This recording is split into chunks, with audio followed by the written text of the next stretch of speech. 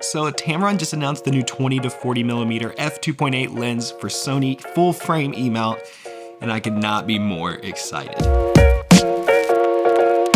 What's going on, guys? My name is Zak Kincaid, and I truly think that this new Tamron lens could be the best lens for any content creator out there. Let me explain why. Now, if you're watching this video, you've probably heard at some point that if you want to just get one lens and be done with it, a 24 to 70 f2.8 preferred is the way to go. Get that lens, put it on, never take it off, don't worry about anything else. However, the problem is that 24 to 70 f2.8 for Sony, they're either really expensive or really heavy. I personally have used the 24 to 70 from Sigma a lot. If I'm on a professional shoot, it is in my bag.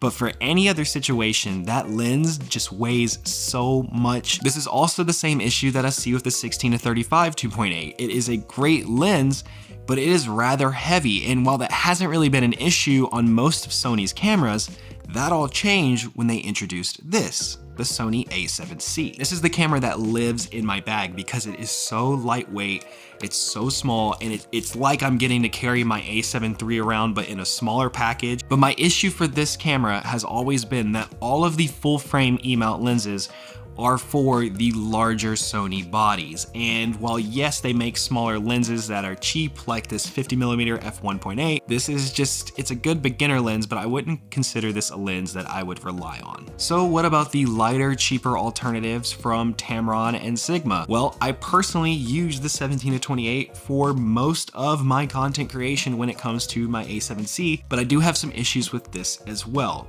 17 is a great wide focal length. I never use it. I never use 17.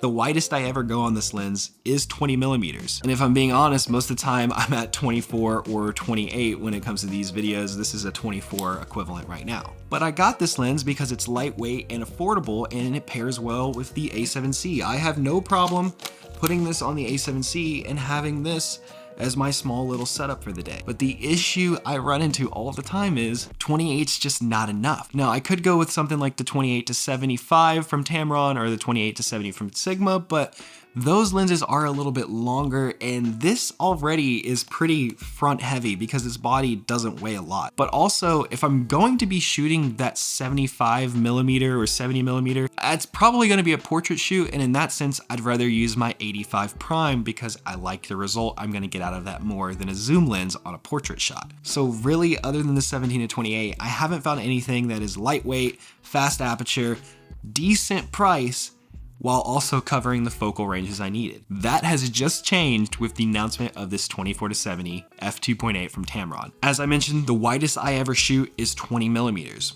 Check. And my favorite focal length is 35, and that is the biggest complaint I have about this lens, is that it doesn't have a 35mm range. The new Tamron goes to 40. Check. So yeah, personally, I'm really excited for this lens. I know 20 to 40 is a weirder focal range, and it's not the largest focal range either. It's only 20mm, but I mean, this is a 17 to 28. This is an 11mm range, and people love this lens. So I'm very excited for this because it's going to be able to do everything I need it to do. It's going to be a good weight, it's going to be low price, and it's going to be fast aperture. I went ahead and put in my pre-order today, and as soon as that gets in, I will be doing a review on this channel. So if you want to see that, make sure to subscribe to stay up to date. Thank you guys so much for watching, and I'll see you in the next one. Take care.